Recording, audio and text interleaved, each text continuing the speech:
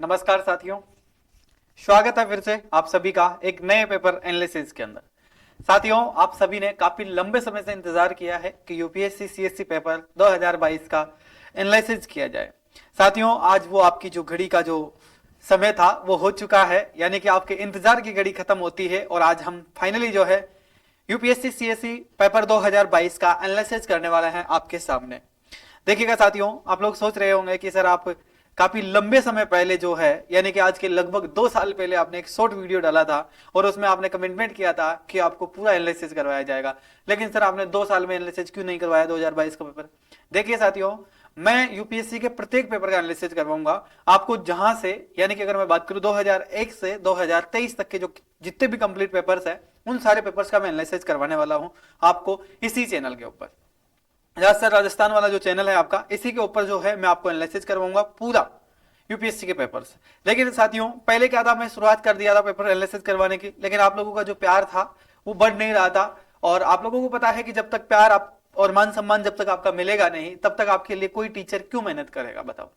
ठीक है, इसी वजह से मैं आप लोगों के लिए पेपर एनालिसिस नहीं करा था। लेकिन अब हम सीधे, मैं आपका जो है समय नहीं गवाऊंगा और सीधा मैं पेपर एनालिसिस करने जा रहा हूं। तो यूपीएससी सीएससी 2022 का जो पेपर है उसमें देखिए साथियों, इस प्रकार से पेपर पैटर्न रहा था और इस प्रकार से पेपर रहा था। देखो, जिस प्रकार से आप लोगों को पता है कि यूपीएससी सीएससी पेपर 2022 की मैं बात करने जा रहा हूं। ठीक है, एग्जाम यानी कि सिविल सर्विस का जो प्रीलिम्स एग्जाम है उसका 2022 का, उसकी सीरीज नंबर 1 की मैं बात करने जा रहा हूं। ठीक है, एक के बारे में हम बात करेंगे। ठीक है, तो सामान्य यानी कि जीएस पेपर 1 होता है जो हमारा, जिसको प्रश्न पत्र प्रीलिम्स पेपर हम जिसको कहते हैं ना, तो प्री जो पेपर है अपना, ठीक है, उसके बारे में आज की क्लास में हम एनालिसिस करने वाले हैं। ठीक है, तो चले देखिएगा, इस प्रकार का पेपर होता है आपका, इस प्रकार का पेपर आता है। समय लगभग जो है आपको पता है सभी को कि समय जो है 2 घंटे का समय दिया जाता है साथियों। कितने घंटे का दिया जाता है सर?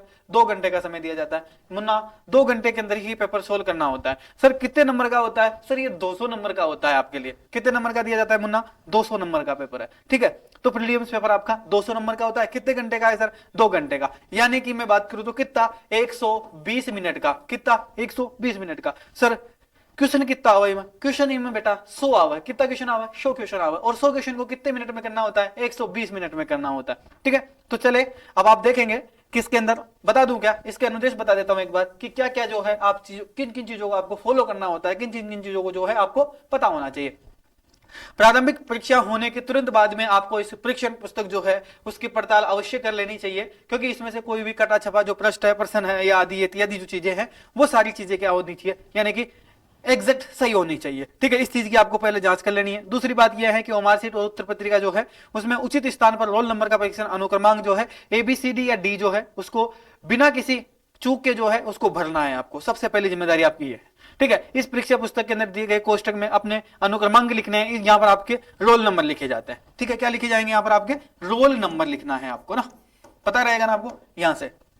चलो, इसी प्रकार से देखिएगा, इसमें 100 प्रश्न दिए जाते हैं। प्रत्येक 100 प्रश्न है हिंदी और इंग्लिश दोनों भाषाओं में छपे हुए होते हैं। ठीक है, इसके बाद में देखो, इसके अंदर से उत्तर आपको चयनित करना होता है। उत्तर किस प्रकार का, यानी कि केवल एक ही उत्तर चयन करने की विधि है इसके अंदर। ठीक है, केवल एक ही ऑप्शन होगा। उस ऑप्शन में यानी कि ओमार सेट के अंदर आपको 4 ऑप्शन दिए जाएंगे। 4 ऑप्शन में से आपको एक ही ऑप्शन जो है आपको फॉलो करना होगा। ठीक है, यानी कि उसको फिल करना होगा, उसको भरना होगा। यह अनुदेश 4 में बात की गई है। 5वीं की बात करूं तो प्रत्येक प्रश्न पत्र जो है अंकित करने के लिए यानी कि उत्तर पत्रिका के दिशा निर्देश दिए गए हैं। ठीक है, प्रत्येक के अलग अलग अंक है। सभी प्रश्नों के अंक समान है। ठीक है, इसमें से पहले प्रशिक्षण पुस्तक को विभिन्न प्रश्न उत्तर जो है यानी कि उसके अंकित अंक की अगर मैं बात करूं, अनुदेश जो है विवरण उत्तर पत्रिका भी दी गई है साथ में। ठीक है, उसके अनुसार देना है आप लोगों को। ठीक है, तो ये सारे इसकी जो है गाइडलाइंस रहेगी। इसके बाद में उम्मीदवारों के द्वारा दी गई गलत उत्तर के लिए दंडित भी किया जाएगा, जिसके अंदर आपको पता है कि देखिएगा प्रत्येक प्रश्न के लिए 4 विकल्प उत्तर होते हैं, जिसके अंदर उम्मीदवार के द्वारा प्रत्येक प्रश्न के लिए दिए गए एक गलत उत्तर का क्या कर लिया जाएगा, एक जो है एक गलत उत्तर एक गलत उत्तर के लिए प्रश्न प्रति के लिए नियमित किए गए अंकों में से 1/3 दंड के रूप में काट लिया जाएगा। ठीक है, यानी कि अगर आप 3 क्वेश्चन गलत करते हैं, चार क्वेश्चन आपने टोटल किए और 4 क्वेश्चन में से आप क्या किए, यानी कि 3 क्वेश्चन आपको गलत कर देते हैं, तो आपका एक क्वेश्चन जो सही है उसको भी क्या कर लिया जाएगा, काट लिया जाएगा। यानी कि 1/3 कट ऑफ है इसके अंदर, ध्यान रखना इस बात का। ठीक है, यदि कोई उम्मीदवार एक से अधिक उत्तर देता है, यानी कि ए भी भर दिया किसी ने, बी भी भर दिया किसी ने, सी भी भर दिया, यानी कि आपने एक बार तो ए लगा दिया, एक बार आपने सी लगा दिया, अगर आप इस प्रकार से करते हो तो वो उत्तर भी क्या माना जाएगा,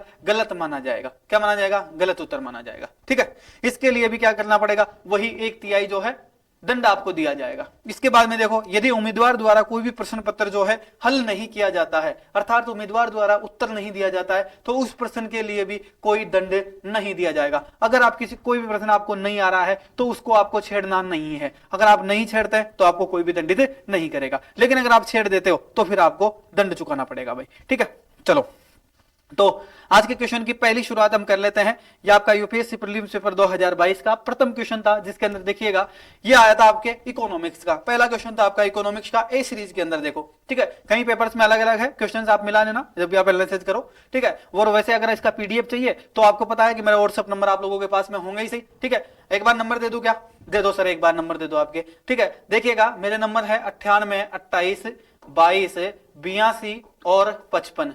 ठीक है, याद रखना कितने हैं, 98 है सर, फिर उसके बाद में 28 है सर, फिर उसके बाद में 22 है, फिर उसके बाद में 82 है और 55 है सर। इन नंबरों पे व्हाट्सएप मैसेज करेंगे तो क्या हमें पेपर मिल जाएगा, बिल्कुल मुन्ना आपको पेपर भी मिल जाएगी और आंसर की भी मैं आपको दे दूंगा। तो ध्यान रखना इस बात का, है ना।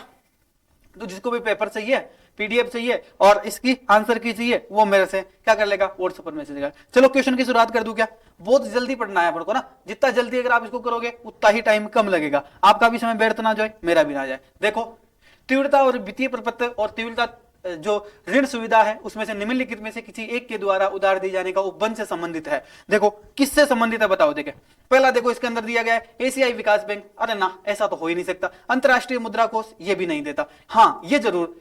इसके बाद में विश्व बैंक ये भी नहीं देता है। क्या नहीं देता, ये आपको जो है त्वरित ऋण सुविधा नहीं देता है ना। तो निम्नलिखित में से एक उपबंध से संबंध है, यानी कि संबंध पूछ रहा है। ठीक है, तो संयुक्त राष्ट्रीय पर्यावरण कार्यक्रम वित्त पहल जो है ये आपको क्या देता है, इसके लिए लोन देता है आपको। ठीक है, यानी कि ऋण दे देता है। तो इसका आंसर आपका हो जाएगा सी आंसर। क्या हो जाएगा मुन्ना, सी आंसर हो जाएगा। देखो पहला एशियाई बैंक क्या नहीं देता है, नहीं देता है ये सुविधा आपको, ऋण जो है नहीं देता है, तीव्रता ऋण प्रदान नहीं करता है। मैंने आपको इकोनॉमिक्स के अंदर पढ़ाया था ना, जब मैं एशियाई विश्व बैंकों के बारे में बात कर रहा था उस टाइम मैंने आपको बताया था। ऋण के बारे में जब हम चर्चा कर रहे थे उसमें मैंने आपको बताया था सारी चीजें, है ना।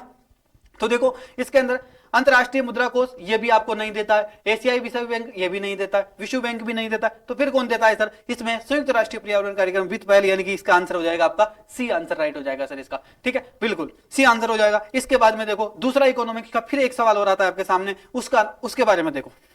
पहले का आंसर क्या हो जाएगा, सी हो जाएगा। दूसरे को देखो साथियों, भारतीय अर्थव्यवस्था के संदर्भ में निम्नलिखित कथनों पर विचार कीजिए। भारतीय इकोनॉमिक्स के बारे में बात की जा रही है। कथन कौन कौन से हैं देखो, अंकित प्रभावी विनिमय दर, ठीक है, में वृद्धि रुपए की मूल्य वृद्धि को दर्शाता है। पहला प्रश्न पढ़ो, देखो भारतीय अर्थव्यवस्था के संदर्भ में निम्नलिखित कथनों पर विचार कीजिए। पहले आपको विचार करना है, किस पर बात करनी है, यानी कि इंडियन इकोनॉमिक्स पर बात कर रहे हैं। देखो अंकित प्रभावी विनिमय दर जो है वो वृद्धि एवं रुपए का जो मूल्य वृद्धि दर होती है उसको दर्शाता है। क्या, पहला दिया था वास्तविक प्रभाव विनिमय दर में से वृद्धि व्यापार का प्रतिस्पर्धा को सुधार को दर्शाता है, बिल्कुल ये भी क्या है, बिल्कुल दर्शाता है। अन्य देशों के मुद्रास्फीति के सापेक्ष घरेलू मुद्रास्फीति को बढ़ाने की प्रवृत्ति जो है, यानी कि वही बात की जा रही है कि अंकित प्रभावी विनिमय दर को, यानी कि NER और RER, यानी कि दोनों की बात की जा रही है। एक तो वास्तविक प्रभावी विनिमय दर की बात की जा रही है और एक अंकित प्रभावी विनिमय दर की बात की जा रही है। यानी कि एक तो अंक है, एक वास्तविक, यानी कि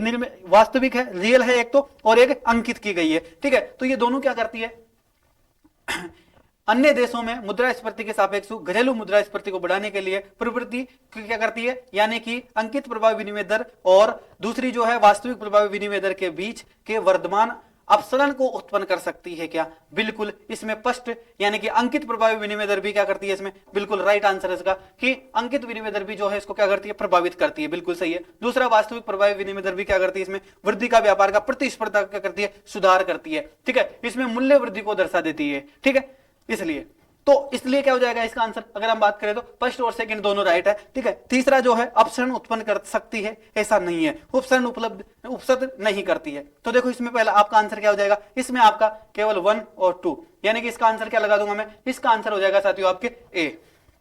इसका आंसर क्या हो जाएगा, ए हो जाएगा सर इसका आंसर। बिल्कुल सही है क्या, बिल्कुल सही है सर, ए आंसर हो जाएगा इसका। देखो इसके बाद में दूसरे क्वेश्चन की मैं बात कर लेता हूं। अब दो क्वेश्चन आपके सोल्व हो गए, अब तीसरे क्वेश्चन की। इकोनॉमिक्स का तीसरा क्वेश्चन आपका क्या कहता है, भारतीय अर्थव्यवस्था के संदर्भ में निम्नलिखित कथनों पर विचार कीजिए। पहला क्वेश्चन क्या किया गया है, आरबीआई के द्वारा उठाया गया, यदि मुद्रास्फीति में अत्यधिक है तो भारतीय रिजर्व बैंक आरबीआई को संभावित रूप से सरकारी जो प्रतिभूत है उसको खरीद सकते हैं। पहला यह क्वेश्चन है। दूसरा क्या है, यदि रुपयों के अंदर क्या होता है, दूसरा क्वेश्चन आपका क्या है, यदि रुपयों में तेजी से मूल्यह्रास हो रहा है तो आरबीआई बाजार में डॉलरों की संभावित रूप से विक्रय कर सकते हैं। इसके बाद में यदि यूएस जो है, हाँ बिल्कुल देखो आरबीआई संभावित रूप में सरकारी प्रतिभूत खरीद सकते हैं, बिल्कुल खरीद सकते हैं। ये भी सर आपने इकोनॉमिक्स में पढ़ाया था, मैं बिल्कुल रिजर्व आरबीआई बैंक जब मैंने आपको पढ़ाया था उसमें मैंने आपको बताया था बिल्कुल खरीद सकते हैं। दूसरा देखो, यदि रुपयों को तेजी से मूल्यह्रास हो रहा है तो आरबीआई बाजार में डॉलरों को संभावित रूप से क्या कर सकते हैं, विक्रय। हाँ बिल्कुल सर, अपन बेच सकते हैं, उनको क्या कर सकते हैं, बेच सकते हैं। बिल्कुल सर, ये भी राइट है, ठीक है, दोनों चीजें बिल्कुल सही। यदि यूएस और यूरोपीय संघ की ब्याज दर जो है गिरती है तो इससे संभावित रूप से आरबीआई के डॉलरों को खरीदने के लिए प्रेरित हो सकता है क्या, खरीदने के लिए प्रेरित हो सकता है क्या। ये थोड़ा सा दुविधाजनक है। भारतीय अर्थव्यवस्था के संदर्भ में निम्नलिखित कथनों पर विचार कीजिएगा, तो देखिएगा इसका आंसर क्या हो जाएगा आपका। ये कितने नंबर का, 3 नंबर का क्वेश्चन। 3 नंबर के क्वेश्चन में यानी कि इसमें थोड़ी सी दुविधा लग रही है, क्योंकि संभावित रूप से अगर ऐसा होता है, यूरोपीय संघ जो है ना, यूरोपीय संघ का अगर क्या गिरता है, ब्याज दर गिरती है, तो यूएस या यूरोपीय संघ की ब्याज दर गिरती है तो इसमें संभावित रूप से आरबीआई के डॉलरों को खरीद के लिए प्रेरित हो सकता है। हो सकता है क्या, बिल्कुल हो सकता है, या नहीं हो सकता, नहीं हो सकता, प्रेरित नहीं होता है। तो क्या होगा इसका आंसर, इसका आंसर हो जाएगा आपका केवल 1 और 2 सही है, ठीक है। तो इसका आंसर लगा दो क्या साथियों, 1 नंबर, यानी कि ए इसका आंसर लगा दो क्या, बिल्कुल सर लगा दो। 1 और 2 क्या इसमें राइट है सर, बिल्कुल। इसके बाद में देखो, ये करंट अफेयर से सवाल उठा लिया। ये देखो G20 कॉमन फ्रेमवर्क के संदर्भ में निम्नलिखित कथनों पर विचार कीजिए। ये G20 और उसके साथ में पेरिस क्लब द्वारा समर्थित पहल था क्या, पहल था क्या, बिल्कुल बताओ, देखो पहल था कि नहीं था, नहीं था क्या, नहीं था भाई। ये G20 की अगर मैं बात करूं, सॉरी G20 जो है उसके साथ में पेरिस क्लब के द्वारा समर्थित पहल था या नहीं, पहल है नहीं। इसके बाद में ये आदरणीय ऋण वाले निम्न आयी देशों को सहायता देने के लिए पहल है, बिल्कुल नहीं। इसमें तो दोनों ही ऑप्शन गलत है, तो फिर इसका आंसर क्या हो जाएगा सर, उपरोक्त कथनों में से कौन सा सही है, इसमें से सही है केवल 1, नहीं ये भी गलत है, इसमें केवल 2, नहीं ये भी गलत है। 1 और 2 दोनों सही है, बिल्कुल नहीं है, ना तो 1 है और ना ही इसमें 2 है, यानी कि इसका आंसर क्या लगा दूं मैं, डी आंसर लगा दो सर इसका, बिल्कुल सही है क्या डी आंसर, बिल्कुल सर डी आंसर सही है, याद रहेगा ना आपको, डी आंसर इसका सही था। इसके बाद में देखो आगे चले, देखो इसके बाद में ये आपका इंग्लिश में टाइपिंग आ गई। इसके बाद में देखो दूसरा क्वेश्चन, इसके बाद में देखो नेक्स्ट क्वेश्चन हमारा 5वें नंबर का क्वेश्चन है। 5वें नंबर का क्वेश्चन की बात करें, वही इकोनॉमिक्स का, ये भी आपका है। भारतीय अर्थव्यवस्था के संदर्भ में मुद्रास्फीति संलग्न बांड को क्या है, यानी कि क्या लाभ है। इसके अंदर देखो पहला क्वेश्चन देखो, इसके अंदर क्या लाभ दिया गया है इसके बारे में देख लो एक बार, ठीक है। तो देखो पहले अगर बात करें, सरकारी आईआईबीएससी के रूप में अपना जो है ऋण ग्रहण पर जो है कूपन दर को कम कर सकती है क्या, क्या कर सकती है, कूपन दर को कम कर सकती है क्या, बिल्कुल कम कर सकती है, पहला सही है इसका, बिल्कुल कूपन को क्या कर सकती है, इस दर को क्या कर सकती है, कम कर सकती है। आईआईबीएस का निवेश और मुद्रास्फीति के बारे में अनिश्चित से सुरक्षा प्रदान करती है, बिल्कुल गलत है, नहीं करती है, अनिश्चित सुरक्षा प्रदान नहीं करती है ये। इसके बाद में देखो आईआईबीसी इस पर प्राप्त जो ब्याज है उसके साथ में पूंजीगत लाभ का कर योग्य नहीं होता है, बिल्कुल ये सही है। इसके अंदर क्या है, बिल्कुल सही है, ब्याज और साथ में पूंजीगत लाभ को कर योग्य नहीं होती है। इसका आंसर देखो, अब देखो इसमें पहला सही है, इसमें दूसरा गलत है और तीसरा सही है, ठीक है। तो इस चीज का ध्यान रखना। इसके अंदर देखो उपरोक्त कथनों में से कौन सा सही है, पहला 1 और 2 नहीं, ये तो हो ही नहीं सकता। केवल 2 और 3 ये भी नहीं हो सकता। इसके बाद में केवल 1 और 3, हाँ बिल्कुल ये हो सकता है इसका आंसर, यानी कि तीसरे पर जाने की जरूरत ही नहीं पड़ी। बिल्कुल इसका आंसर क्या हो जाएगा आपका, सी आंसर हो जाएगा इसका। चलो क्या आगे, बिल्कुल सर चलो आगे, आगे क्या है देखा। अगला क्वेश्चन देखो, भारत में कार्य कर रहे विदेशी स्वामित्व का ई वाणिज्यिक फोरम के संदर्भ में निम्नलिखित कथनों में से कौन सा सही है और कौन सा गलत है, इसके बारे में आपको बताना है। क्वेश्चन नंबर कितना, 6। क्वेश्चन नंबर 6 के अंदर क्या है सर, देखो अपने प्लेटफॉर्मों को बाजारी स्थानों के रूप में प्रस्तुत करने के अतिरिक्त वह स्वयं अपने माल को विक्रय भी कर सकते हैं, बिल्कुल सही है। स्वयं अपने प्लेटफॉर्म क्या कर सकते हैं, बाजारी स्थानों के रूप में क्या कर सकते हैं, प्रस्तुत कर सकते हैं और स्वयं अपने माल को क्या कर सकते हैं, बेच भी सकते हैं, बिल्कुल सही है रही है ना। इसके बाद में दूसरा, वो अपने प्लेटफॉर्म पर किसी भी हंस तक बड़े विक्रेताओं को स्वीकार कर सकते हैं यदि समिति हो तो। ना, ऐसा नहीं हो सकता, क्योंकि कोई भी व्यापारी जो है अपना क्या करेगा, यानी कि बड़ी जो विक्रेता होता है उसको स्वीकार नहीं करता है। पहले तो वो क्या करता है, अपना ही क्या बेचने की कोशिश करेगा, अपना ही माल बेचने की कोशिश करेगा, बाजार में अपना ही स्थान बनाने की कोशिश करेगा। तो इसका आंसर अपन को पता चल गया पहला, यानी कि इसका आंसर केवल एक हो जाएगा, केवल एक हो जाएगा, दो भी नहीं है, एक दो दोनों भी गलत है, और ना तो एक और ना दो है, तो इसका आंसर आपका हो जाएगा एक, याद रहेगा ना, एक आंसर हो जाएगा। चलो आगे चलो, बिल्कुल सर आगे चलो, आगे क्या है देखे, देखो इसके अंदर अपना क्वेश्चन है सातवां क्वेश्चन। सातवें क्वेश्चन की अगर मैं बात करता हूं तो निम्नलिखित में से कौन सा, यानी कि निम्नलिखित में से कौन से क्रियाकलाप अर्थव्यवस्था के वास्तविक क्षेत्रीय यानी कि रियल सेक्टर का निर्माण करता है, रियल सेक्टर का क्या करता है, निर्माण करता है। रियल सेक्टर का निर्माण की अगर बात की जाए तो देखो, किसान अपनी फसल काटना, बिल्कुल सही है, रियल सेक्टर है, फसल अपनी फसल क्या काटता है, काटता है, बिल्कुल काटता है साहब। दूसरा क्या है, देखो कपड़े मिलों का कच्चा कपास जो है, कच्चे कपास को कपड़ों में बदलते हैं, बिल्कुल सही है, कपड़ों कपास को ही क्या कर देते हैं, कच्ची कपास जो होती है उसको हम किस में तब्दील कर देते हैं, कपड़ों में कर देता है। कौन करता है, किसान ही करता है। ये भी दोनों क्या है, रियल सेक्टर है, बिल्कुल रियल सेक्टर है साहब, है ना। वास्तविक क्षेत्र, किसान अपनी फसल क्या करता है, स्वयं काटता है, बिल्कुल काटता है साहब। दूसरा जो है कपास, यानी कि जो अपने कपड़े मिले हैं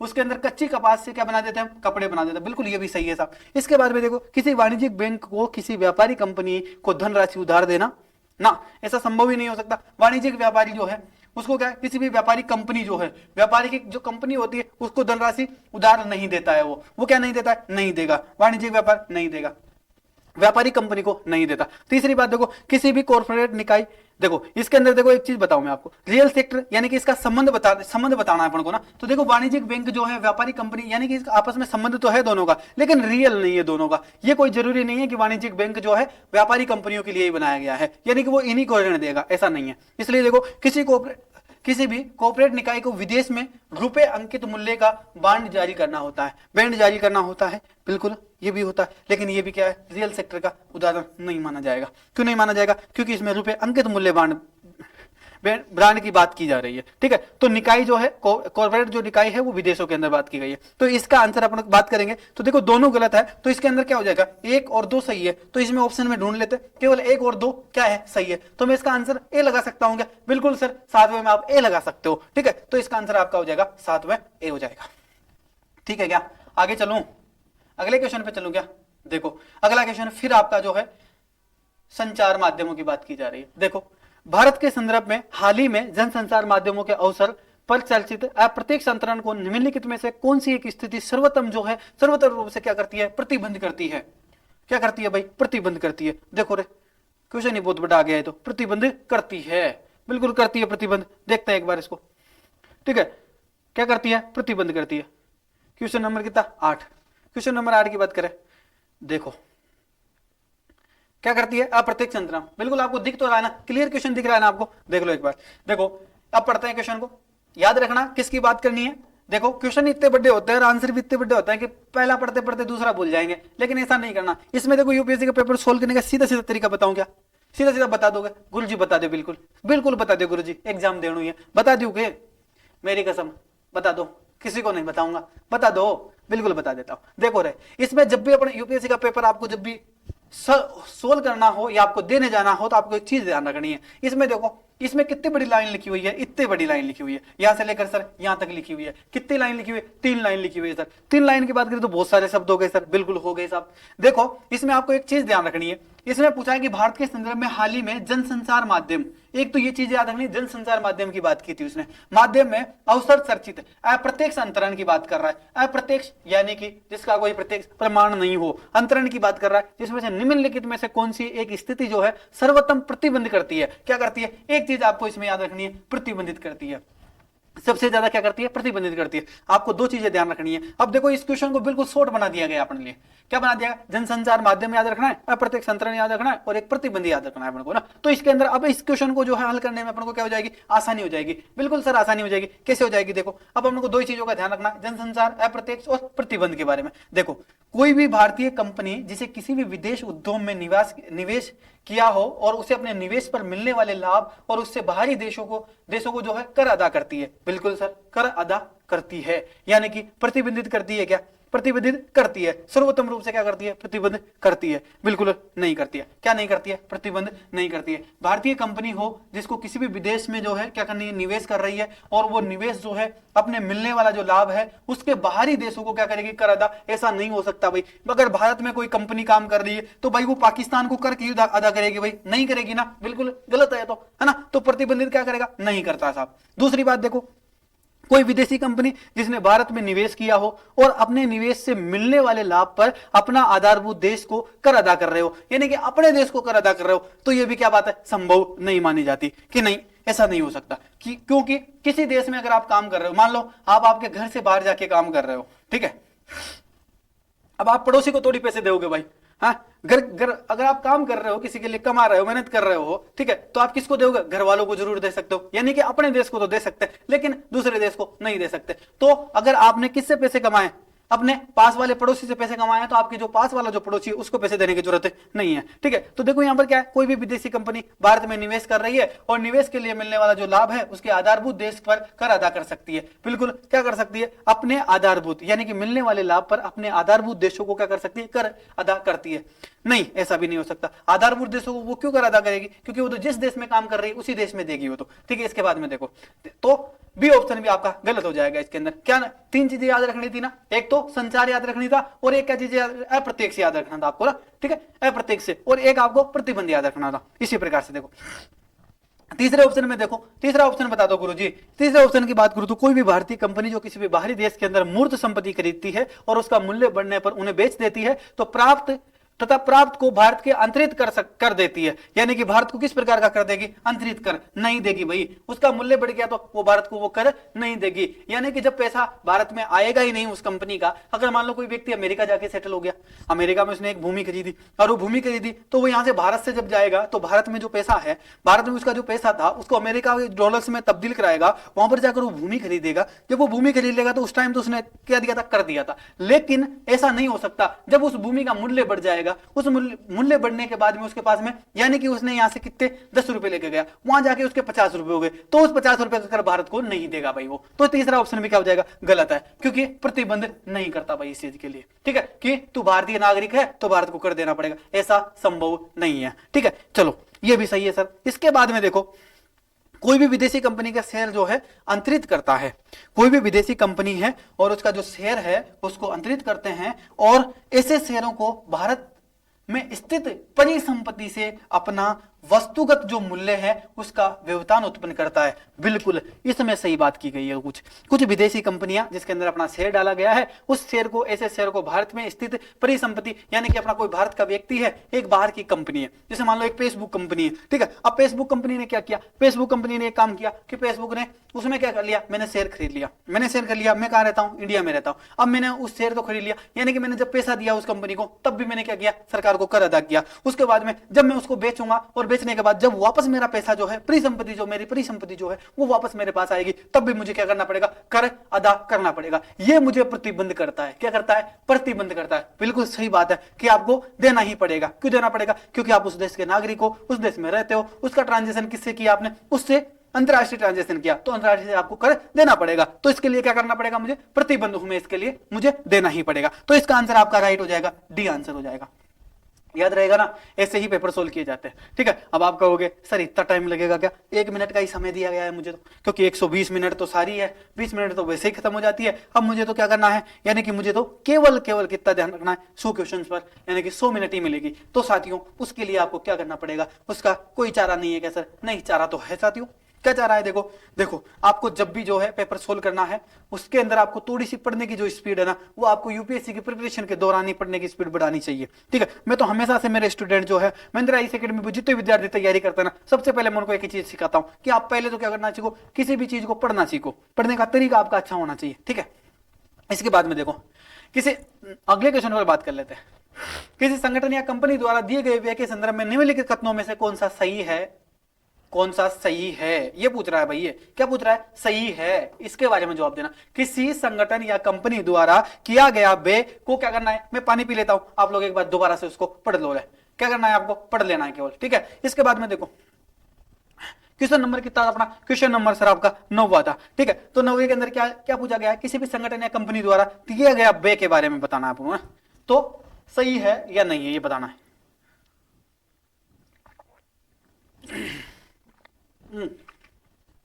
सही है क्या? सही है या नहीं है? पहला क्वेश्चन देखो, इसमें पहला ऑप्शन आपको दिया गया है, नए प्रौद्योगिक प्राप्त करने हेतु पूंजीगत व्यय। क्या बता रहा भाई ये? हैं? क्वेश्चन ही समझ में नहीं आएगा, दोबारा पढ़ो इसको। किसी संगठन या कंपनी द्वारा किया गया व्यय के संदर्भ में निम्नलिखित कथनों में से कौन सा सही है? अच्छा, ये सही है क्या, ये पूछना है क्या? नए प्रौद्योगिक प्राप्त करने के पूंजीगत व्यय ना, ये तो गलत है तो हो ही नहीं सकता। नए प्रौद्योगिक के लिए प्राप्त करने वाले पूंजीगत व्यय कैसे होगा, है ना। दूसरा क्या बता रहा है? संगठन या कंपनी द्वारा क्यों व्यय देगा भाई वो। इसके बाद में देखो, ऋण या वित्तीयन के लिए पूंजीगत व्यय माना जाता है, जबकि इक्विटी वित्तीयन का राजस्व व्यय माना जाएगा। ऋण वित्तीयन को पूंजीगत व्यय माना जाता है, जबकि इक्विटी वित्तीयन को राजस्व के व्यय माना जाएगा ना, इसको भी नहीं माना जाएगा। तो क्या गुरुजी इसमें तो 2 ही ऑप्शन थे, क्या आंसर ही नहीं है क्या इसका? अरे नहीं है मुन्ना इसका आंसर, क्योंकि इसमें ऑप्शन ही नहीं दिया इसने। ऑप्शन देता तो आंसर सही निकलता। तो देखो रे, इसमें केवल एक तो हो ही नहीं सकता, केवल 2 भी नहीं हो सकता, 1 और 2 दोनों तो हो ही नहीं सकते। इसका आंसर सर क्या रह जाएगा अपना? डी आंसर रह जाएगा सर। क्या आंसर रह जाएगा सर इसका? D answer. सर गलत तो नहीं है ना? अरे गलत नहीं है, प्रमाणित दूंगा, प्रमाण के साथ दूंगा। अगर आप इकोनॉमिक्स मेरे पास में पढ़े हुए हो ना, तो आपको पता होना चाहिए किस टॉपिक की बात की जा रही है। यहाँ पर संगठन और गैर संगठन की बात की जा रही है, यानी कि व्यापार की बात की जा रही है। आपको पता होना चाहिए इकोनॉमिक्स के अंदर। देखो लगातार आपको 10वां क्वेश्चन जो है इकोनॉमिक्स का आप लोगों के लिए आ चुका है। इकोनॉमिक्स का है, लगातार इकोनॉमिक्स ही चल रही है शुरुआत में, देख लो। अब पढ़ो 10वां क्वेश्चन पढ़ो, देखो क्या लिखा हुआ है 10वें क्वेश्चन के अंदर। देखो आपका 10वें क्वेश्चन में लिखा है कि भारतीय अर्थव्यवस्था के संदर्भ में निम्नलिखित कथनों पर विचार कीजिए।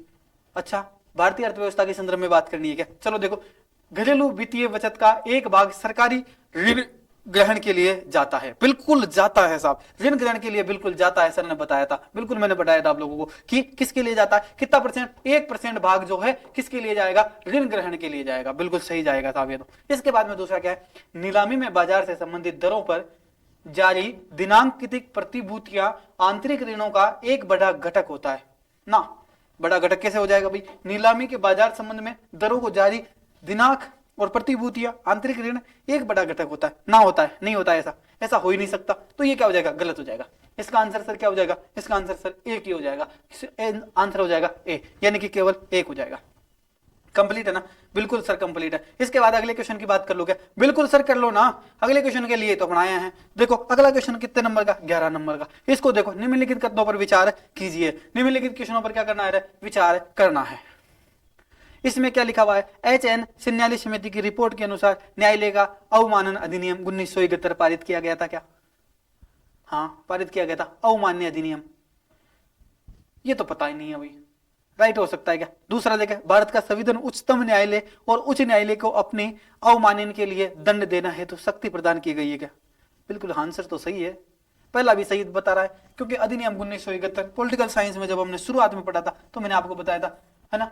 ये भी सही है। इसके बाद में देखो, अवमाननीय और दंड देने के लिए शक्ति प्रदान करता है क्या? बिल्कुल शक्ति प्रदान करता है भैया। क्या करता है? भारत का संविधान उच्चतम न्यायालय को उच्च न्यायालय की अपनी अवमाननीय, हाँ बिल्कुल, यानी कि अगर क्या करता है भारतीय संविधान, उच्चतम न्यायालय जो है क्या करता है? उच्च न्यायालय जो है, उच्च न्यायालय ने अगर कोई गलत व्यक्ति को दंड दिया है या फिर कोई गलत चीज को जो है सही साबित किया है तो उसके लिए उच्चतम न्यायालय क्या होगा? उसको सजा का प्रावधान लगता है। बिल्कुल शक्ति प्रदान की गई है, ये पावर दी तो गई है। क्योंकि अपन क्या करते हैं, पहले कोई भी लड़ाई हो जाती, कोई भी केस हो जाता, पहले कहां जाते हैं? पहले कहा जाते हैं तहसील स्तर के कोर्ट में जाते हैं, ठीक है। फिर उसके बाद में जिला स्तर पे जाते हैं, फिर हम राज्य स्तर पर जाते हैं। तो राज्य स्तर का जो न्यायालय है वो आपको जवाब देगा, ठीक है, जिसको फिर उसके बाद में हम चले जाएंगे उच्च न्यायालय यानी कि हाई कोर्ट में चले जाएंगे, ठीक है। तो हाई कोर्ट क्या करेगा हमारे लिए? हाई कोर्ट जो है यानी कि अगर इन्होंने सारे कोर्टों ने उच्च न्यायालय में गलत फैसला सुना दिया तो इसको भी दंडित देगा। तो इसकी क्या शक्ति प्रदान की गई है इसको, बिल्कुल सही है ये तो। अच्छा, इसके बाद में देखो, भारत का संविधान सिविल, भारतीय संविधान में सिविल सेवा की बात की जा रही है। सिविल अवमानने और आपराधिक अवमानने की परिभाषित करता है क्या भारत का संविधान? आपराधिक अवमानने को भी परिभाषित करता है और सिविल अपमानने को भी करता है। हाँ यार ये भी सही है, करता तो है भाई। इसके बाद में देखा अगला क्या है? भारत में न्यायालय का अवमानने के विषय में कानून बनाने के लिए संसद को शक्ति नहीं है। बिल्कुल, अगर न्यायालय की जो है, न्यायालय इस प्रकार की मनमानी करता है तो उसके लिए विषय में जो है कानून बनाने के लिए संसद में नहीं था। अरे इसमें तो कोई निम्नलिखित कथनों पर विचार कीजिए, उपरोक्त कथनों में से कौन सा सही है। अरे भाई इसमें तो सही सारे ही हैं, मुझे तो लग सारे रहे हैं, लेकिन ऑप्शन में नहीं दिया। इसका आंसर क्या हो जाएगा, अपन मानेंगे नहीं इसको, क्या नहीं करेंगे, मानेंगे नहीं। इसका आंसर इसको छोड़ दो। कितने नंबर का क्वेश्चन है, 11 नंबर का क्वेश्चन है। 11 नंबर का क्वेश्चन का आंसर जो है हमें पता नहीं चल पा रहा है। क्या नहीं चल पा रहा है, पता नहीं लग पाया। तो सर क्या करे, छोड़ दे क्या, बिल्कुल छोड़ दो इसको, है ना, क्योंकि इसमें सारी चीजें सही दी गई है। ये भी बिल्कुल सही है, इसमें दूसरा भी सही है, तीसरा भी सही है और चौथा भी सही है, लेकिन इसके अंदर ऑप्शन में नहीं दिया गया है, तो कहीं ना कहीं दिक्कत आ रही है। तो हो सकता है इसका आंसर, यानी कि इसमें 3 में जो है अवमाननीय अपराधी अवमाननीय की परिभाषित करता है, इसमें 4 नहीं होना चाहिए था। फिर हो सकता है इसका आंसर बी हो, संभवित है, लेकिन मैं गलत नहीं बताऊंगा आपको। इसका आंसर हो सकता है बी हो, ठीक है, लेकिन इसके अंदर जो है चारों चीजें सही लग रही है मुझे, इसलिए इसका आंसर मैं कंफर्म दे नहीं सकता। तो आप कहीं और जगह से देख लेना, है ना, और जगह से नहीं देख पाओ तो क्या करना है, आपको ऐसे कैसे ही बना लेना है। एक बार में कंप्यूटर ने ऑन कर दियो कि कर दो सर, क्यों बंद हो कंप्यूटर बार बार, आपको है बार बार बंद हो सर यो, ठीक है। तो इसका आंसर अपन क्या है, विवादी स्थिति है, इसलिए मैं आपको क्लियर जवाब नहीं दूंगा, लेकिन फिर भी आपको अंदाज रहे और एवरेज रहे तो आपको इसका आंसर भी मान लेना है, ठीक है। ये सारी चीजें आप दोबारा पढ़ना पॉलिटिकल साइंस के अंदर, है ना। 1971 वाला भी पढ़ लेना एक बार, है ना। इसके बाद में आपको जो है उच्च न्यायालय और उच्चतम न्यायालय के बारे में पढ़ लेना थोड़ा सा, संविधान सिविल सेवा के बारे में पढ़ लेना थोड़ा सा, आपराधिक अवमानना पढ़ लेना, भारत का उच्च न्यायालय की जो शक्तियां दी गई है संसद को, उसके बारे में आप थोड़ा सा पढ़ लेना। उसके बाद इसका आंसर को आप बिल्कुल राइट कर पाओगे, ठीक है। चलो बिल्कुल सर, इसमें क्या करना फिर, सर इसको छोड़ दो क्या, बिल्कुल छोड़ दो, एक क्वेश्चन छूट गया, मान लो 12वां क्वेश्चन देखो रे, भारत के संदर्भ में निम्नलिखित कथनों पर विचार कीजिए। सरकारी विधि अधिकारियों का क्या करना है, भारत के संदर्भ में निम्नलिखित कथनों पर क्या करना है, विचार करना है सर, बिल्कुल विचार करना है सर। तो विचार करेंगे, बिल्कुल करेंगे सर, विचार कैसे नहीं करेंगे इसका। देखो रे, इसके अंदर देखो, सरकारी विधि अधिकारी और विधिक फार्म में अधिवक्ता के रूप में मान्यता प्राप्त है तो सही, किंतु कॉर्पोरेट जो वकील होते हैं और पेटेंट जो न्याय विधि अधिवक्ता होते हैं उनकी मान्यता से बाहर रखा जाता है, रखा गया है, बिल्कुल सही है भाई, रखा तो गया है, हाँ रखा गया है क्या। तो ये क्या है, ये सही नहीं है क्या, बिल्कुल सही नहीं है, ये तो बिल्कुल मानते हैं इसको, नहीं है सही, सही नहीं है। इसके बाद में देखो, विधि परिषद के बारे में बार कैंसल की विधेयक शिक्षा और विधि महाविद्यालयों को मान्यता के बारे में नियम अधिकथित करने की शक्ति है किसके पास में, परिषद के पास में। कहां से आएगी उसकी शक्ति, वो तो उसके लिए तो बोर्ड बैठता है अलग से, है महाविद्यालयों की मान्यता देने के लिए तो बोर्ड होता है, पूरा होता है, यूनिवर्सिटी मान्यता होती है ना, ठीक है। तो विधिक शिक्षा के लिए और विधि महाविद्यालय यानी कि कानून की पढ़ाई करने वाले वकीलों की बात की जा रही है यहाँ पे, ठीक है। तो विधि परिषद होता है क्या, विधि परिषद नहीं होता, बार कैंसल इसको नहीं मान सकते इसका, है ना। तो इसका आंसर क्या हो जाएगा, यानी कि ये भी नहीं है। मेरे हिसाब से क्या हो जाएगा, उपरोक्त कथनों में से कौन सा सही है, उपरोक्त कथनों में से सही कौन सा है, कौन सा सही है, कौन सा सही है ये बताना गया। अच्छा, तो इसमें ना तो 1 है और ना 2 है, मैं इसका आंसर डी लगा दूं क्या, बिल्कुल सर डी लगा दो। आपको सही लग रहा है क्या, बिल्कुल सर मुझे सही लग रहा है, तो मैं इसका आंसर क्या लगा दिया सर, इसका आंसर मैंने डी लगा दिया सर, बिल्कुल डी लगा दिया क्या मैंने इसका साथियों, बिल्कुल डी लगा दिया, बिल्कुल डी आंसर हो गया इसका। बिल्कुल आगे चलूंगी, आगे चलो सर, कितने नंबर पे क्वेश्चन पे चले, 13वां नंबर के क्वेश्चन पे चले सर, कितने नंबर पे, 13 नंबर पे। देखो ये भी किसका है, पॉलिटिकल साइंस का क्वेश्चन है। देखो निम्नलिखित कथनों पर विचार कीजिए, क्या करना है, इस पे विचार करना है। कितने नंबर क्वेश्चन पे सर, 13 नंबर क्वेश्चन पे विचार करना है। कितने नंबर पे करना है, 13 नंबर क्वेश्चन पे विचार करना है। कर लो के विचार कर लो। देखो, किसी संविधान संशोधन विधेयक को भारत के राष्ट्रपति के पूर्व सिफारिश की अपेक्षा की जाती है, क्या की जाती है, अपेक्षा की जाती है, क्या की जाती है, अपेक्षा की जाती है क्या। किसी भी संविधान संशोधन विधेयक को भारत के राष्ट्रपति के पूर्व यानी कि पहले ही सिफारिश की अपेक्षा की जाती है क्या, ना ऐसा नहीं होता। पहले क्या होता है, पहले वो क्या करती है, यानी कि उसको संसद जो है पहले देती है, उसके बाद में फिर कहां जाता है, राष्ट्रपति के बाद में जाता है, ठीक है। इसके बाद में देखो, जब कोई संविधान संशोधन विधेयक भारत के राष्ट्रपति के समक्ष प्रस्तुत किया जाता है तो भारत के राष्ट्रपति के लिए बाध्यकारी है क्या वो अपनी अनुमति दे, ना ये कोई जरूरी नहीं है कि वो अपनी अनुमति देगा या नहीं देगा। इसमें पहला क्वेश्चन, इसमें सेकंड ऑप्शन राइट है ना। इसका पहला क्या है, गलत है, ऐसा नहीं होता, क्योंकि पहले क्या करती है, पहले ही विधेयक जो है वो क्या कहां पर पारित होगा, संसद में होता है, उसके बाद में फिर राज्यसभा, फिर संसद में, फिर संसद के बाद में जाता है राष्ट्रपति के बाद में लास्ट में। लेकिन इसने कहा कि सीधा उसके पास जाता है, पहले ही पूछ लिया जाता है, नहीं पहले नहीं पूछा जाता है, उसके बाद में। दूसरा देखो, संविधान संशोधन विधेयक में भारतीय राष्ट्रपति, बिल्कुल ये सही है, बाध्यकारी है कि वो अनुमति देगा या नहीं देगा, वो उसके लिए है। उस पर डिपेंड करता है। भारतीय संशोधन विधेयक लोकसभा और राज्यसभा दोनों के द्वारा विशेष बहुमत से पारित होना ही चाहिए। इसके लिए संयुक्त बैठक का कोई उपबंध नहीं है। क्या नहीं है? इसका कोई उपबंध नहीं है, बिल्कुल उपबंध नहीं है इसका कोई भी। तो इसका आंसर क्या हो जाएगा? 2 सही है इसमें और 3 सही है। उपबंध नहीं है भैया, इसके लिए कोई भी उपबंध नहीं है जिसके अंदर बहुमत से पारित करने के लिए राज्यसभा और लोकसभा दोनों को क्या किया जाएगा? विशेष बहुमत से पारित होने के लिए। तो इसमें क्या नहीं है? मान्य नहीं है। इसके लिए इसका आंसर 1 और 2 ना सर, इसका 1 और 2 हो ही नहीं सकता। इसके बाद में कौन सा? 2 और 3 पे राइट लगाया, यानी कि मैं इसका आंसर बी लगा दूं क्या सर? बिल्कुल सर, बी लगा दो इसका आंसर, कोई दिक्कत नहीं है। कौन सा आंसर लगा दो? बी लगा दो, ठीक है। इसके बाद में देखो, बी के बाद में देखो, अगला क्वेश्चन है आपका 14 नंबर का क्वेश्चन। 14 नंबर क्वेश्चन जो है इसको आप एक बार पढ़ो। क्या करना है? इसको एक बार पढ़ना है सर, बिल्कुल पढ़ो। निम्नलिखित कथनों पर विचार कीजिए कि भारत का जो संविधान है उसमें मंत्रियों की 4 श्रेणियां, अर्थात कैबिनेट जो मंत्री है उनकी कितनी श्रेणियां बताई गई है? कितनी श्रेणी? मंत्रियों की कितनी श्रेणियां? 4 श्रेणियां बताई गई है, ठीक है। उसमें देखो मंत्रियों की 4 श्रेणियां, अर्थात कैबिनेट मंत्री यानी कि स्वतंत्रता प्रभारी वाले राज्य मंत्री और राज्य मंत्रियों और उपमंत्रियों को वर्गीकृत किया गया है। क्या किया गया है? वर्गीकृत किया गया है, ठीक है। इसके अंदर देखो राज्य मंत्री और उपमंत्रियों को वर्गीकृत करता है, बिल्कुल। दूसरा क्या है इसके अंदर सर? दूसरा इसका जो है ऑप्शन आपका नंबर 2 नंबर जो ऑप्शन है आपका 2 नंबर ऑप्शन आपका हो जाएगा सर इसके अंदर। देखिए 2 नंबर पढ़िएगा, संघ सरकार का मंत्रियों की कुल संख्या प्रधानमंत्री को मिलकर लोकसभा के कुल सदस्यों की 15% से अधिक नहीं होनी चाहिए। क्या नहीं होनी चाहिए? 15% से अधिक नहीं होनी चाहिए, बिल्कुल नहीं होनी चाहिए। क्या? बिल्कुल नहीं होनी चाहिए साहब। तो देखो भारत के संविधान के मंत्रियों की 4 श्रेणियां, कैबिनेट मंत्री, स्वतंत्र प्रभारी वाले राज्य मंत्री और राज्य मंत्री और उपमंत्रियों को वर्गीकृत करता है क्या? ना, नहीं करता है वर्गीकृत। ये गलत है, इसमें ऑप्शन गलत है। ऑप्शन क्या है? गलत है। इसके अंदर संघ सरकार के मंत्रियों की कुल संख्या प्रधान मंत्री को मिलाकर कितने हो चाहिए? लोकसभा के कुल सदस्यों की संख्या कितनी? 15% से अधिक नहीं होनी चाहिए, बिल्कुल नहीं होनी चाहिए साहब। ये राइट आंसर इसका। तो केवल 1 नहीं, केवल 2 बिल्कुल सही है, केवल 2 ही इसका आंसर हो जाएगा। बिल्कुल क्लियर है ना? चलो आगे चलेंगे। देखो अगला क्वेश्चन देख लो आपका, क्वेश्चन नंबर 15। क्वेश्चन नंबर कितना? 15। गुरुजी इतना टाइम लगा होगा के? बेटा इतना टाइम लगे, अगर आप एनालिसिस नहीं करोगे तो कैसे समझ पाओगे इन चीजों को, है ना? तो इतना टाइम लगे। देखो एक चीज देखो, निम्नलिखित में से कौन सी लोकसभा की अनन्य शक्ति या अनन्य शक्ति है? ये बताओ। देखो अनन्य शक्ति बोल रहा है भाई, क्या बोल रहा है? ये अनन्य शक्ति की बात कर रहा है। तो बताओ, देखो पढ़ के बताओ एक बार। अगर इतने सीधा क्वेश्चन पढ़ ले तो मैं सीधो आंसर बता दोगे, जब तो टाइम कम लग जाए ना सर। आप ही पढ़ाओ और आप ही बताओ, बिल्कुल बता दो सर। देखो मुन्ना, आपात की उद्घोषणा का अनुसमर्थन करता है। क्या करता है? अनुसमर्थन। लोकसभा क्या करती है? अनुसमर्थन करना है। और दूसरा इसमें बताया गया है, क्या बताया गया? कि मंत्रिपरिषद के विरोध जो है अविश्वास प्रस्ताव पारित करना होता है। क्या करना होता है? अविश्वास प्रस्ताव जो है इसके अंदर पारित करना होता है, ठीक है। इसके बाद में क्या होगा? अविश्वास प्रस्ताव पारित करते क्या? ना, ऐसा थोड़ी होता है। जब इस प्रकार की समस्या आएगी तो इस प्रकार का काम थोड़ी होगा। लोकसभा का अनन्य के बाद में मंत्रिपरिषद के विरुद्ध अविश्वास प्रस्ताव पारित करना होता है? नहीं, ऐसा नहीं होता है।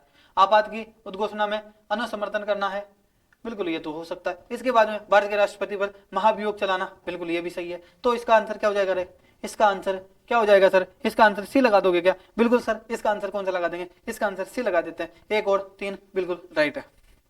चलो आगे चले क्या? 16वां क्वेश्चन देख लो। भारत में दल बदल विरोध कानून के संदर्भ में निम्नलिखित कथनों पर विचार कीजिए। दल बदल के बारे में बात की जा रही है भाई। किसके बारे में बात की जा रही है? दल बदल के बारे में बात की जा रही है। क्वेश्चन नंबर 4, क्वेश्चन नंबर कितना? 16। क्वेश्चन नंबर कितना? 16। 16 को पढ़ो एक बार, पढ़ा दोगे? बिल्कुल पढ़ा दो। देखो ये कानूनी विदृष्टि करता है यदि कोई भी नाम दृष्टि विधेयक सदन का नियुक्त होने के 6 मास के अंदर किसी भी राजनीतिक दल में शामिल नहीं हो सकता। ये क्या होता है? प्रतिबंध होता है। क्या होता है? प्रतिबंध होता है, बिल्कुल होता है क्या? हाँ। ये कानून कोई भी समय विधि नहीं देता जिसके अंदर पीठासीन अधिकारी को दल बदल मामले में विनिश्चित करना होगा, बिल्कुल विनिश्चित करना होता है। उपरोक्त कथनों में से कौन सा सही है रे? ना तो मुझे इसमें 1 सही लग रहा है ना 2 सही लग रहा है, तो इसका आंसर क्या कर दूं? क्या दोनों ही नहीं है? ये लिख दूं क्या? बिल्कुल गुरुजी लिख तो दो, लेकिन इसमें ऑप्शन ही नहीं है। लिखने का तो ऑप्शन भरना पड़ेगा। अरे इसमें होगा मुन्ना, अगर ऐसा क्वेश्चन आया तो देखो ए नहीं हो सकता, बी नहीं हो सकता, सी भी 1 और 2 दोनों भी नहीं हो सकते। इसमें ना तो 1 और ना ही 2 है, यानी कि इसका आंसर क्या हो जाएगा? डी हो जाएगा। आगे चलोगे मुन्ना? बिल्कुल सर आगे चलो ना। निम्नलिखित कथनों पर विचार करना हो, फिर वापस क्या करना है? विचार ही करना है। पहला क्वेश्चन पढ़ो, देखा विचार करना है।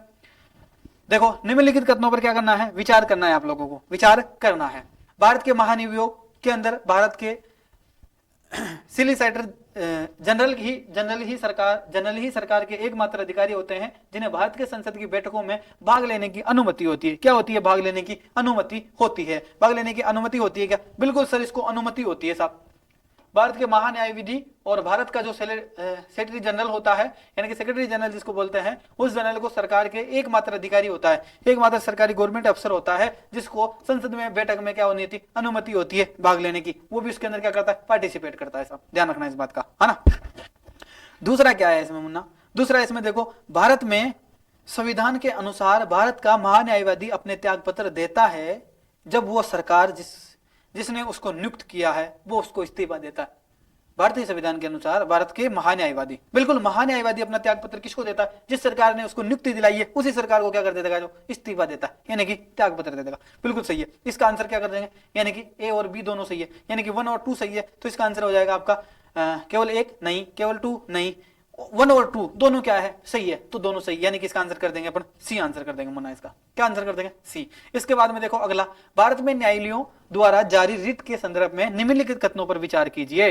निम्नलिखित कथनों पर क्या करना है मुन्ना? विचार करना है। क्या करना है? विचार करना है। गुरुजी बताओ ना, क्या क्या विचार कराए पे? देखिए एक बार विचार कर लेंगे। किसी प्राइवेट संगठन के विरोध जब तक कि उसका कोई भी सार्वजनिक कार्य नहीं सौंपा जाता है, कार्य नहीं सौंपा गया, परमादेश नहीं होगा। किसी भी प्राइवेट संगठन के विरोध जब तक उसका कोई भी सार्वजनिक कार्य नहीं सौंपा जाएगा, जब तक उसका परमादेश नहीं होगा। बिल्कुल, क्यों सौंपेंगे उसको? प्राइवेट है तो प्राइवेट रहने दो, उसको सरकारी काम क्यों सौंपेंगे? जब तक उसका प्रादेश जारी नहीं होगा तब तक उसको क्या नहीं देंगे? सरकारी टेंडर नहीं देंगे। किसी भी कंपनी के विरोध, भले ही वो कोई सरकारी कंपनी हो, उसका परमादेश नहीं होगा। किसी भी कंपनी के विरोध में कोई भी सरकारी जो कंपनी होती है उसका परमादेश जारी नहीं होगा। बिल्कुल ये भी सही है मुन्ना। इसके अंदर देखो तीसरा क्या है इसमें, कोई भी लोक प्रवण शक्ति व्यक्ति जो है, यानी कि पब्लिक मटेरियल की बात करें, अधिकारी पीछ की बात करें, तो उसके अंदर रिट प्राप्त करने हेतु न्यायालय के समवेदन करने के लिए जो है याचिका, जिसको अपन बोलते हैं पीठासीन हो सकता है। बिल्कुल हो तो सकता है पीठासीन, हो सकता है भैया। क्या हो सकता है? हो सकता है। तो इसका आंसर क्या कर देंगे सर? इसका आंसर हो सकता है, यानी कि इसमें तीनों सही है क्या? हाँ बिल्कुल तीनों सही लग रहे हैं गुरुजी मुझे तो। बिल्कुल सही है, फिर तीनों सही लग रहा है तो तीनों ही सही है फिर गुरुजी। देखो इसमें ऑप्शन देख लो पहले, केवल 1 और 2 नहीं, 2 और 3 नहीं, केवल 1 और 3 नहीं। इसके अंदर आंसर हो जाएगा आपका 1 2 3, मतलब सारे सही है। तो इनको तीनों को काट दो, इसका आंसर हो जाएगा आपके डी। कौन सा आंसर हो जाएगा इसका? डी आंसर हो जाएगा आपका। ठीक है क्या? आगे चलूं मुन्ना? आगे चलोगी? नींद तो नहीं आ रही ना बेटा? नींद नहीं आनी है, क्योंकि पेपर सोल्व करना है। तो क्या करनी है? नींद नहीं आनी चाहिए आपको। क्या नहीं आनी चाहिए? नींद नहीं आनी चाहिए। ठीक है। तो देखो इसके बाद में देखो, आयुष्मान भारत डिजिटल मिशन के संदर्भ में निम्नलिखित कथनों पर विचार कीजिए। आयुष्मान भारत, अरे वाह, करंट नॉलेज भी है क्या? प्राइवेट अस्पतालों और सरकारी अस्पतालों को क्या करना होता है? प्राइवेट और सरकारी अस्पतालों में क्या करना है? आवश्यक अपनाना चाहिए। बिल्कुल, सरकारी और गवर्नमेंट दोनों में क्या करना चाहिए? अपनाना चाहिए भैया इसको। किसको? आयुष्मान वाले योजना को अपनाना चाहिए। दूसरा, क्योंकि इसका लक्ष्य स्वास्थ्य और सार्वजनिक व्यापति और अंततोगोत्य भारत के हर नागरिक को इसका हिस्सा होना चाहिए। बिल्कुल होना चाहिए, सभी व्यक्तियों को फायदा होना चाहिए। ये पूरे देश में निर्बाध रूप से लागू की जा सकती है। नहीं, ऐसा नहीं हो सकता, पूरे देश में लागू नहीं की जा सकती, क्योंकि इसमें अपवाद स्वरूप है हमारा राजस्थान। हमारा राजस्थान में अभी लागू की गई है जब बीजेपी गवर्नमेंट बैठी है ना। उससे पहले हम लोगों ने जो है इसको किस नाम से चला रखा था? हमने इसको जो है आपने भारत के अंदर तो जो है आयुष्मान के नाम से चला रखा था, हमने इसको चिरंजीवी योजना चला रखी थी। किस नाम से चला रखी थी? चिरंजीवी योजना के नाम से चला रखी थी। मुख्यमंत्री चिरंजीवी योजना के अंदर इसको लागू किया गया था, यानी कि इसके अंदर आयुष्मान भारत है। तो इसका क्या, यानी कि एक अपवाद स्वरूप राज्य राजस्थान था। ऐसे बहुत सारी सरकारें हैं जहां पर बीजेपी गवर्नमेंट नहीं थी, तो वहां पर क्या किया गया? इसको नहीं किया जा सकता। क्या नहीं किया? यानी कि इस पर पाबंदी नहीं है कि सारे राज्यों में लागू होगी। ठीक है, अलग नाम से भी हो सकती है। तो ये इस बात का ध्यान रखना। तो इसके अंदर आपका पहला और दूसरा सही हो जाएगा, तीसरा वाला गलत हो जाएगा। तो पहला और दूसरा जहां सही लगे वहां पर टेक दो इसका क्वेश्चन आंसर। टेक दो क्या? बिल्कुल टेक दो गुरुजी। 1 और 2 बिल्कुल सही है। इसके अलावा क्या है? 3 नहीं है। इसके अलावा 1 और 3 नहीं, 1 2 3 नहीं, तीनों। इसके अलावा इसका आंसर हो जाएगा ए हो जाएगा सर, इसका आंसर बिल्कुल सही, सही आंसर आपका ए हो जाएगा। बिल्कुल आगे चलूं क्या? बिल्कुल सर आगे चलो। 20वां क्वेश्चन देखो, लोकसभा में उपाध्यक्ष के संदर्भ में निम्नलिखित कथनों पर विचार कीजिए। लोकसभा की कार्य पद्धति और कार्य संचालन नियमों के अनुसार उपाध्यक्ष का निर्वाचन उस तारीख को होगा जो अध्यक्ष नियत करेगा। ये अज्ञापक उपबंध है कि लोकसभा के उपाध्यक्ष के रूप में किसी भी प्रतियोगिता का निर्वाचन या तो मुख्य विपक्ष दल में या फिर शासन दल से होगा। सदन की बैठक और अध्यक्षता करते समय उपाध्यक्ष की शक्ति वैसी होती है जैसे कि अध्यक्ष की शक्ति होती है। किसी शक्ति होती है जैसे कि अध्यक्ष की शक्ति हो सकती है। उसका विनिमय विरोध को अपील नहीं कर सकता। उपाध्यक्ष की नियुक्ति के बारे में सुस्पष्ट संसदीय पद्धति यह है कि प्रस्तावित अध्यक्ष द्वारा रखा जाता है और प्रधानमंत्री द्वारा विविध समर्थकों को क्या किया जाता है, इसको किया जाएगा। तो इसके आंसर है सदन में बैठक की अध्यक्षता करते समय, यानी कि लोकसभा की कार्य पद्धति कार्य संचालन, ये तो हो ही नहीं सकता इसका आंसर। दूसरा, ये उपबंध लोकसभा उपाध्यक्ष नहीं हो सकता। तीसरा, सदन की बैठक का अध्यक्षता करता है उपाध्यक्ष, शक्ति वैसी ही होती है क्या? बिल्कुल ऐसी ही होती है। उपाध्यक्ष की नियुक्ति के बारे में सुसज्जित संसदीय पद्धति होती है क्या? बिल्कुल उसी प्रकार की पद्धति का उपयोग किया जाता है। इसका आंसर 3 और 4 हो जाएगा। 3 और 4 सर काय में है? 3 और 4 आपका ऑप्शन में है। ऑप्शन नंबर कितना हो जाएगा? ऑप्शन नंबर सर आपका सी है। Option number C. 1 और 3 में नहीं है, 1, 2, 3 में भी नहीं है और 2, 3, 4 में भी नहीं है, और आपका आंसर हो जाएगा 3 और 4, यानी कि इसका आंसर हो जाएगा आपका सी। ठीक है सर, 20 क्वेश्चन हो गए क्या? 20 क्वेश्चन हो गए क्या? टाइम तो ज्यादा नहीं हुआ ना? नहीं हुआ सर, 1 घंटे की क्लास तो ले लो कम से कम। बिल्कुल ले लूंगा मुन्ना, मैं तो 4 घंटे पढ़ा दूं एक साथ। तू टेंशन की ले रहे हो? पेपर ही तो सोल्व कराना ना, करा दूंगा मुन्ना, टेंशन ना ले। अगला पार्ट में करा दूंगा। इस बार जो है लगभग 25 क्वेश्चन कर लेंगे। कर लो सर, 25 क्वेश्चन ही कर लो, ज्यादा नहीं तो 25 तो करो। 25 में जितना प्यार देगा ना थे उतना ही आगे पूरा पेपर सोल्व कराऊंगा। अगली बार मैं उतना ही दुगना जोश आऊंगा जब ते इस वीडियो को 1000 लोगों तक शेयर कर दोगे, 1000 लोगों तक पहुंचा दोगे ना, तभी मैं अगला जो पार्ट है इसका वो आप लोगों के सामने सोल्व करवाऊंगा। आज मैं 25 क्वेश्चन तक ही सोल्व करवा के जाऊंगा। अगर आप लोगों ने इसको शेयर नहीं किया ना, तो मैं सही बता रहा हूं, पूरा पेपर कभी नहीं बताऊंगा आपको। मैंने मेहनत की ना आपके लिए, अब आप मेरे लिए मेहनत करो। इससे भी अच्छे तरीके से बताऊंगा अगली बार, ध्यान रखना इस बात का। हाँ गुरु जी तो शरत रखे मां कर ला रहे, नारे ना मुन्ना, शरत नहीं है ये क्या नहीं है, ये शरत नहीं है, ये आपका और मेरा प्यार है, आप और मेरे बीच का संबंध है ये। तो संबंध को आप लोगों को क्या करना है, बरकरार रखना है। चलो की देखो सर, आपने बताया 10 क्वेश्चन तो आपने इकोनॉमिक्स के बता दिए लगातार, बिल्कुल मुन्ना 110 तो इकोनॉमिक्स आ गए। फिर 11 से सर 20 तक जो है आपने पॉलिटिकल साइंस के बता दिए सर। अब किसका बताओगे सर? अब देखो रे किसका है ये, इसका ये किसका क्वेश्चन हो सकता है भाई? ये तो आ रहा है, मेरे को लग रहा है ज्योग्राफी का क्वेश्चन है क्या? बिल्कुल ज्योग्राफी का ही है सर। निम्नलिखित फसलों में से कौन सा एक जो है मेथेन और नाइट्रस ऑक्साइड दोनों सर्वाधिक महत्वपूर्ण मनोविधि है? और सर ये तो साइंस का क्वेश्चन है। हाँ साइंस का क्वेश्चन है क्या मुन्ना? बिल्कुल साइंस का ही है, ऐसा ही लग रहा है क्या आपको? है बिल्कुल साइंस का है। निम्नलिखित फसलों में से कौन सा एक मेथेन और नाइट्रस ऑक्साइड दोनों का सर्वाधिक महत्वपूर्ण मनोविद्यमान है, स्रोत है? सबसे ज्यादा नाइट्रोस ऑक्साइड कहीं से और मेथेन गैस का उत्पादन कहीं से होता है? कपास से होता है क्या? ना, कपास से तो सर कपड़े बनाए, हमें क्या बावड़ा बनाओगे ना मुन्ना, बावड़ा नहीं बना लो, कपास तो नहीं हुआ। धान चावल से मेथेन गैस और नाइट्रस ऑक्साइड बने नहीं रहे, मन लागे नहीं। सर गन्ना सु बनेगी फिर? हाँ मुन्ना गन्ना सु बन सके, लेकिन मेथेन गैस को गन्ना से रिलेट क्या है, नाइट्रस ऑक्साइड से रिलेटेड क्या है? ना मुन्ना इससे भी नहीं बना। तो सर ऑप्शन ये तो डी बचा है, तो क्या गेहूं हो जाएगा क्या? अरे मुन्ना गेहूं हो जाएगा। क्या हो जाएगा? गेहूं हो जाएगा। साइंस का संबंध रखेगा तो क्या कर देंगे, इसको गेहूं लगा दो। इसका क्या कर देंगे? डी कर देंगे। इसका संबंध किससे है? इसी से इसका संबंध। ठीक है चलो क्या आगे? बिल्कुल चलो सर, कृषि अगला क्वेश्चन देखो एग्रीकल्चर का क्या ज्योग्राफी का है। तो कृषि को धान गहीनता प्रणाली का, जिसमें धान के खेतों का बारी बारी से क्लेदान और शुष्कान किया जाता है, इसका क्या परिणाम होता है? भाई परिणाम पूछ रहा है, बताओ तुम लोग बताओ, मेरे को तो नहीं आ रहा। परिणाम बता दो, जल्दी से बता दो। अरे नहीं सर आपको तो आता है, आप बता नहीं रहे। हाँ बता नहीं रहा, बताऊं क्या? बता दो सर। देखो रे, बीज की कम आवश्यकता होती है, पहली बात। अच्छा सर बीज की कम आवश्यकता होती है? बिल्कुल। बार बार जो है क्लेदान देने के बाद में क्या होता है, शुष्कान किया जाता है, इसका क्या परिणाम होता है? बिल्कुल इसमें बीज की कम आवश्यकता होती है, क्योंकि इसमें बीज क्या होता है, पूरा से पूरा उगा है, पूरा जो पूरा बीज उगे तो अपन क्या करते हैं, कम बीज डाला। जब किसान पूरा बीज नहीं उगता तो क्या करता है, दुगना बीज डालता है। तो उसमें से क्या होता है, वो सोचता है कि आधा बीज तो उगेगा। किसी किसी वर्ष ऐसा हो जाता है कि पूरा बीज उग जाता है, ठीक है। तो इस कारण से क्या होगा, बीज की कम आवश्यकता पड़ेगी। सर बिल्कुल सही है, कम आवश्यकता पड़ेगी।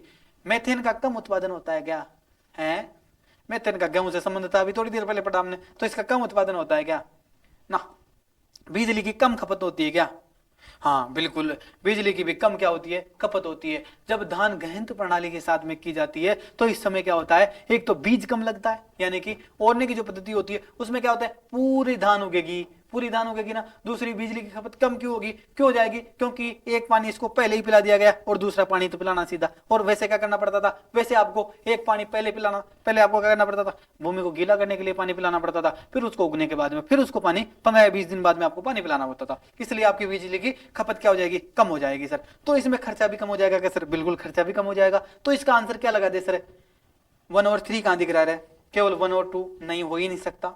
2/3 ये भी हो ही नहीं सकता। इसके बाद में 1 2 3 4 तो हो ही नहीं सकता, इसमें केवल 1/3 हो सकता है। बिल्कुल सर, इसका आंसर सी हो जाएगा क्या, बिल्कुल मुन्ना, इसका आंसर हमें सी लगा देंगे रे। क्या लगा देंगे इसका मुन्ना, सी लगा देंगे। आगे चलो कि चलो ना सर, किसने मना किया आपको।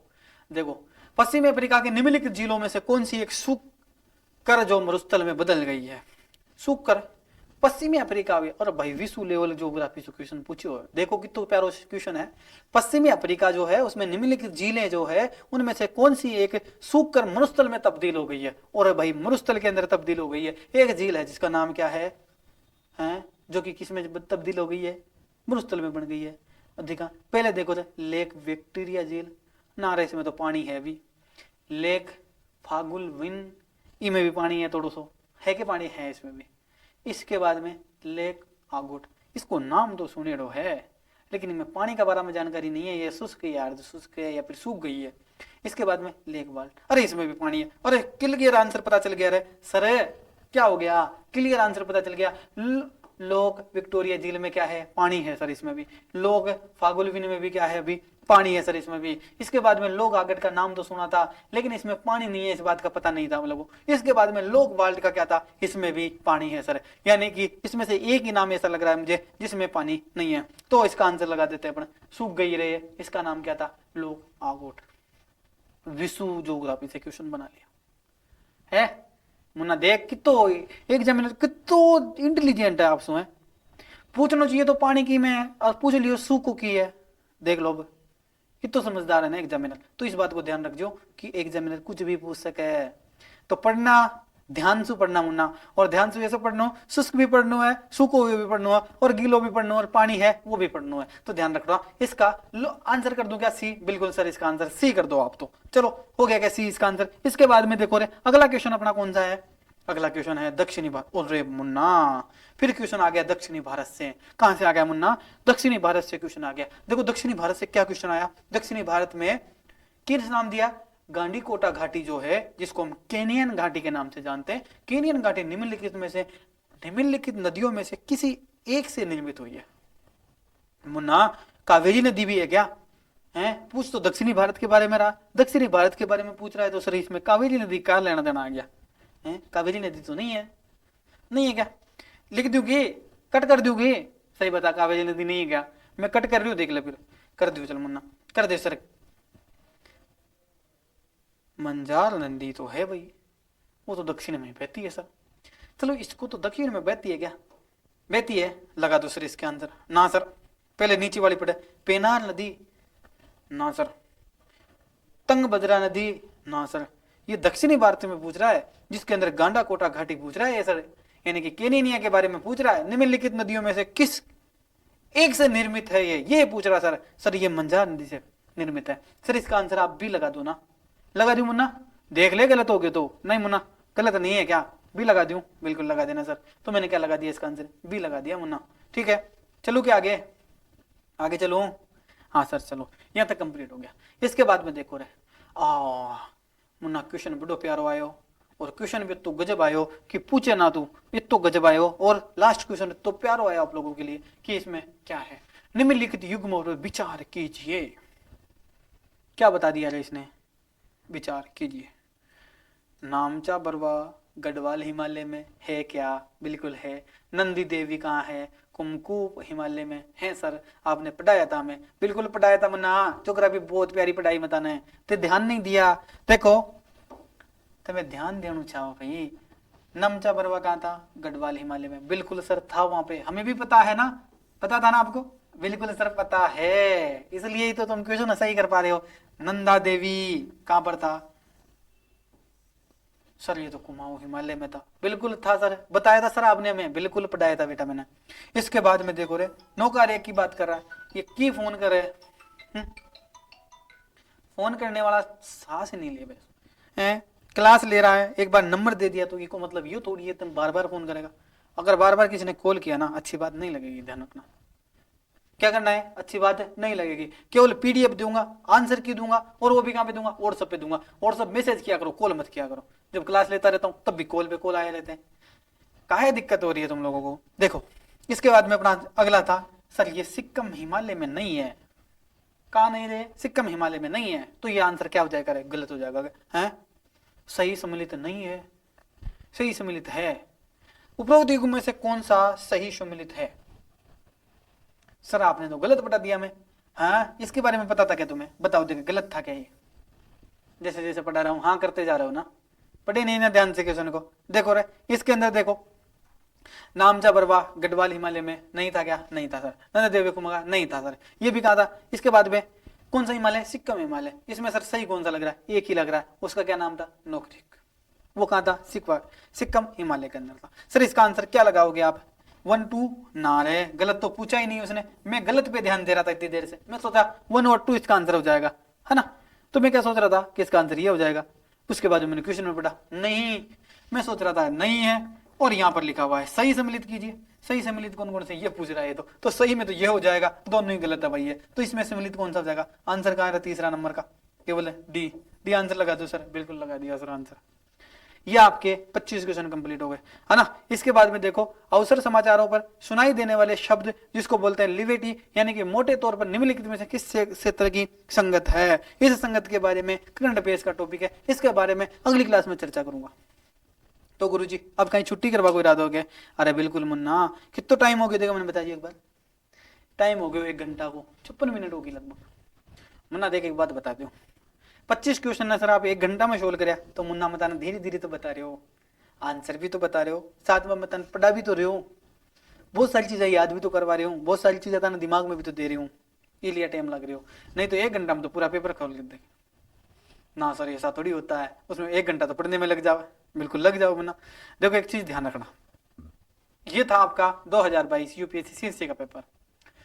मैंने आप लोगों से प्रॉमिस किया था, और मैं फिर प्रॉमिस कर रहा हूं, अगर आप लोग 1000 बार शेयर नहीं करें ना क्लास को, मैं अगली क्लास नहीं दूंगा मुन्ना। मैं 1 हफ्ते तक इंतजार करूं, 7 दिन तक आपको इंतजार करूं, 2500 अगला जो 100 क्वेश्चन है ना, मैंने एक ही क्लास में सोल्व करवा दूं, अगर तुम लोग सही बता दोगे। मैं सही कह रहा हूं, इसको शेयर करना है दबा के। 1000 बार शेयर कर दोगे ना, 10 लाख लोगों तक पहुंच जाए वीडियो। ध्यान रखना इस बात का, जितना इस वीडियो को फैलाओगे ना, उतना आप लोगों को मैं बेनिफिट दूंगा। ध्यान रखना, चैनल वही है राजसर राजस्थान, दूसरा चैनल महेंद्र आईएएस एकेडमी है, जी पर सारी चीजें पढ़ाई जावे। सर ये राजसर राजस्थान वाले पे तो पेपर ही सोल्व कराव लगे, बिल्कुल ये पेपर ही सोल्व कराऊं, ये पर सिलेबस समझाऊं, पेपर सोल्व कराऊं, गाइडलाइंस बताऊं, मोटिवेशनल बातें बताऊं ये पे। और सर महेंद्र आईएएस एकेडमी पे क्या ही कराया? महेंद्र आईएएस एकेडमी पर जो चैनल है ना अपना, उस पर मैं केवल है और केवल पढ़ाऊं। क्या करो? पढ़ाऊं केवल। क्या क्या पढ़ाओ सर? थे मैं पूरा यूपीएससी को सिलेबस पढ़ाऊं सर। क्या सर आपका कोर्स मिल जाएगा क्या? बिल्कुल मिल जाएगा ना। क्या सर पैसा ले लागे? बिल्कुल पैसा तो लेऊंगा मुन्ना। कितना लेगा सर? अरे कुछ नहीं, 2100 रुपये लेऊंगा मुन्ना। सर पूरा कोर्स का 2100 ही लेगा क्या? बिल्कुल 2100 ही लेगा। कितना लेगा? 2100 रुपया। और कितने साल के लिए देगा गुरुजी? 2 साल के लिए। और सर क्लासा कहीं पे रहेगी? बिल्कुल डिजिटल बोर्ड पे क्लासे रहेगी। तो गुरुजी तो बहुत सस्ता पड़ जाएगी, फिर इसमें क्वालिटी तो कम नहीं है। अरे मुन्ना सस्ता नहीं है, कोर्स तो 25,000 को है, लेकिन था के लिया केवल 2100 रुपये को कर रखे हो। ठीक है, तो कोर्स 25,000 को मिलेगा आगे जा, अभी केवल 2100 में कर रखी है। जिसको ज्वाइन करना है आ जाना। अपना ऐप वही है, डीएमबी क्लासेज के नाम से ऐप अपना। ठीक है, तो ध्यान रखना, महेंद्र आईएएस एकेडमी पे केवल आपको पढ़ाई जावे।